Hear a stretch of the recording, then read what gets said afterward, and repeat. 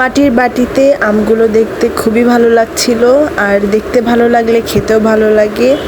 তারপরে আমি আম খেয়ে চলে গিয়েছিলাম বেলকুনিতে, কারণ অনেক বৃষ্টি হচ্ছিল। বৃষ্টি দেখে আমি চলে যাই কিচেনে। ওজন কিছুটা বেড়ে যাওয়ায় হেলথ কনসিয়াস হয়েছি। এখানে আছে অনলি গাজর আর পেঁপে, যেটা আমি শুধুমাত্র বাটার আর গোলমরিচ দিয়ে ভেজে নিয়েছিলাম।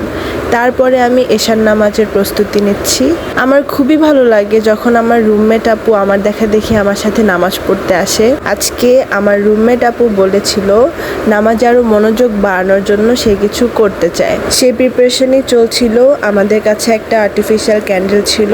আমরা রুমের লাইট অফ করে ক্যান্ডেলটা জ্বালিয়ে জায়নামাজের সামনে রেখেছিলাম, আর আমাদের জায়নামাজের পেছনে এই লাইটটা অন ছিল। নামাজ শেষ করে আমি চলে গিয়েছিলাম মিষ্টি বানাতে। মাত্র 15 মিনিটে বানানো যায় মজাদার রসমালাই, অনলি 3টি উপকরণ দিয়ে। 1 কাপ গুঁড়া দুধ, হাফ টেবিল চামচ বেকিং পাউডার, 1 টেবিল চামচ ঘি আর একটি ডিম দিয়ে ভালোভাবে মেখে নিয়ে 10 মিনিট রেস্টে রাখলেই ডো রেডি। রসমালাইয়ের গ্রেভি রেডি করার জন্য আমি দুধে 4টা এলাচ আর দারুচিনির গুঁড়া ইউজ করেছি। আপনারা চাইলে আস্ত দারুচিনিও দিতে পারেন। মিষ্টিগুলো রেডি।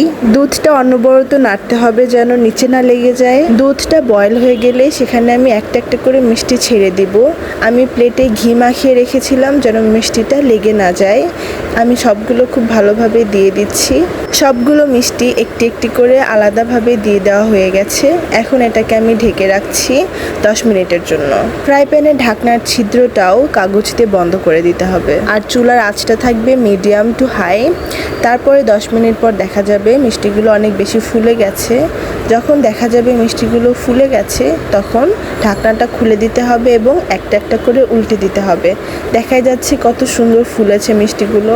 এখন এগুলোকে উল্টে আরও 5 মিনিট ঢেকে রাখবো। পারফেক্টলি ডান। এখন ওভারনাইট রেখে দিতে হবে। আজকের ভিডিও এই পর্যন্তই। আল্লাহ হাফেজ।